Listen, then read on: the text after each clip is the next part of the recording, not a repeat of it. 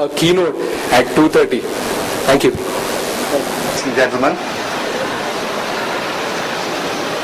Interop Mumbai 2009, Day 1, Post Lunch.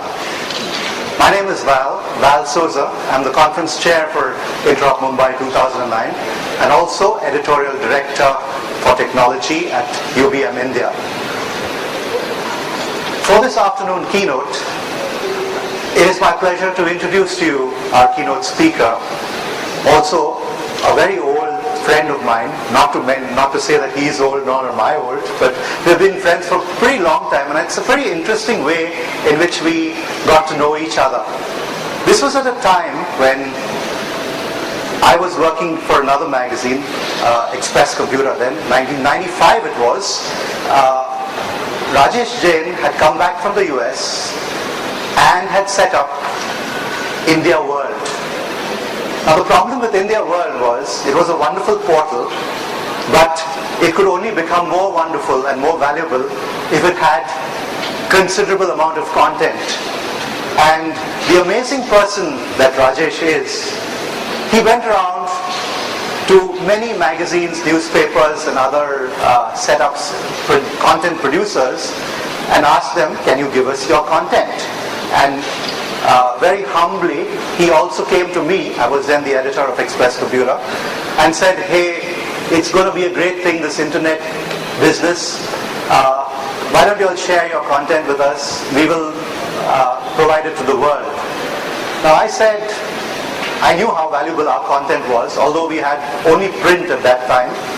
The net had just about come into India through BSNL. And I said, hey, you're going to take our content. What are you going to give us in return? And we didn't want money, of course. We wanted more content. So I told Rajesh, why don't you write a column for us in exchange? And from that was born a column then quaintly called Internauting, I remember the name was. And it also brought to the fore, and Rajesh very graciously says these days that I initiated him into writing, which actually is not true. He was a pretty prolific writer and he was just being kind to me, I guess. But it was the first ever internet column in India.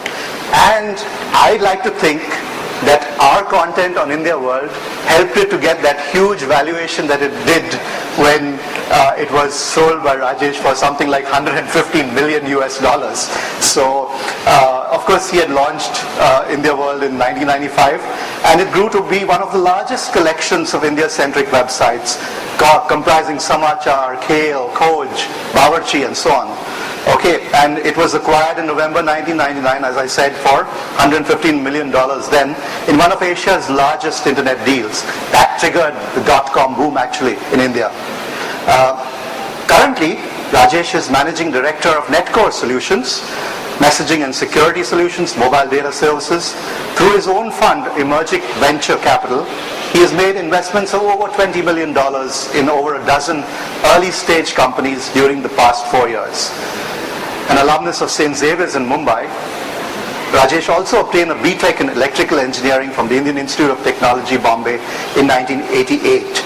And he writes prolifically still a daily technology weblog, which is very popular. I'm sure many of you are already familiar with it. Available at www.emergic.org. Now, at that time, the foresight of Rajesh enabled him to see the potential of the internet then. Today, he doesn't talk internet too much.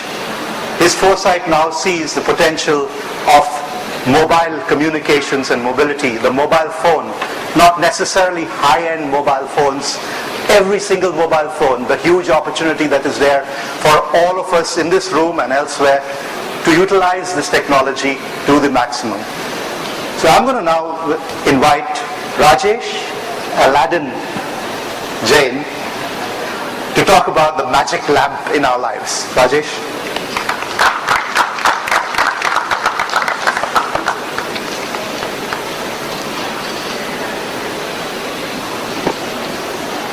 So, thanks a lot for the gracious introduction, Val. You've been the genie in my life who got me on to multiple things, and I'll never forget that. Thanks. This presentation, I will have it up on my weblog, emergic.org by tomorrow morning. So you'll have a copy of it available with all the slides and so on. So what we're going to talk through in the next about 30-35 minutes, and then we'll have Q&A at the end, is really on the power of mobiles and how the magic lamp, it's become really the magic lamp for tens of millions of people in India, and I think where the opportunity and what's missing, really the services, and that's where we need to innovate, and it's a great opportunity out for us in India. I've got the presentation in two parts. The first part we will talk about the big disruptions which are going to happen in the mobile industry in the coming years. We are already starting to see some of them happen. And in the second part, we will talk about 5 actionable ideas that you can actually do tomorrow morning or Monday morning in your enterprise. If you look at that Digital India, and you look at some of the numbers basically which are there, but I think Val talked about the internet. I think the sad story probably, if I look back at the last 5-10 years, has been the slow growth of the internet. We should have had hundreds of millions of users in India, but that's not happened. It's still growing, but very anemically. Access is still happening, significant access from cyber cafes.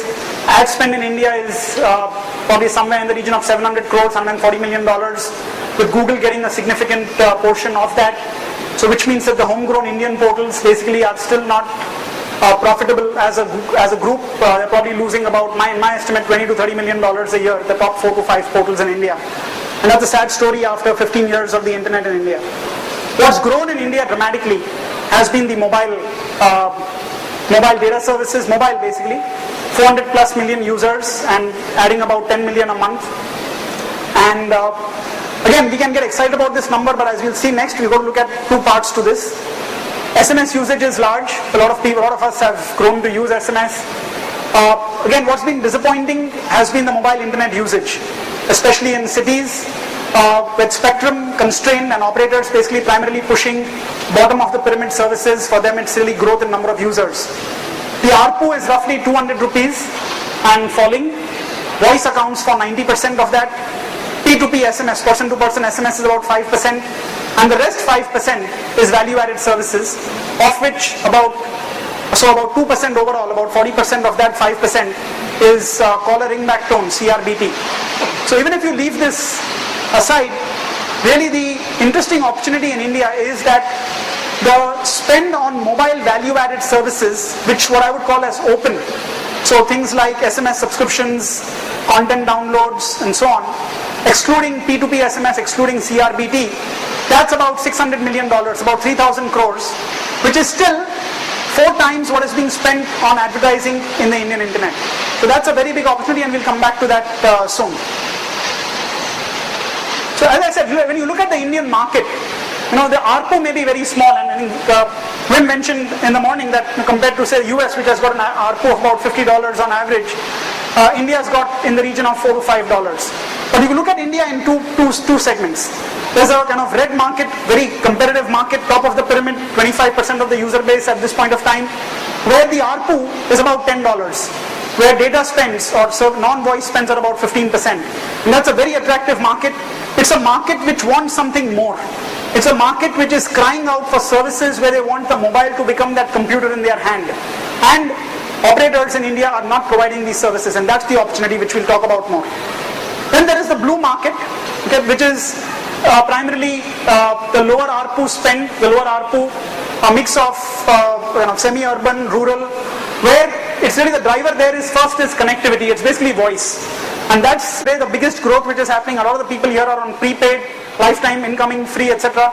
But that's a big opportunity where for them it's more of how can you provide access to basic information, marketplaces, can they get, for example, jobs, etc., weather information, all of that stuff. But it's still very limited in its paying capability. It's very easy to get excited about this opportunity, but I think really the big opportunity in India is going to be services for the top 100 million people going ahead. Now there are 5 structural changes in India which are happening, which are going to throw open the landscape dramatically and make it very different from what we have seen so far.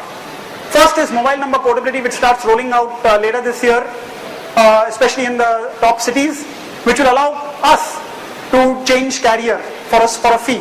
The fee is indeterminate, but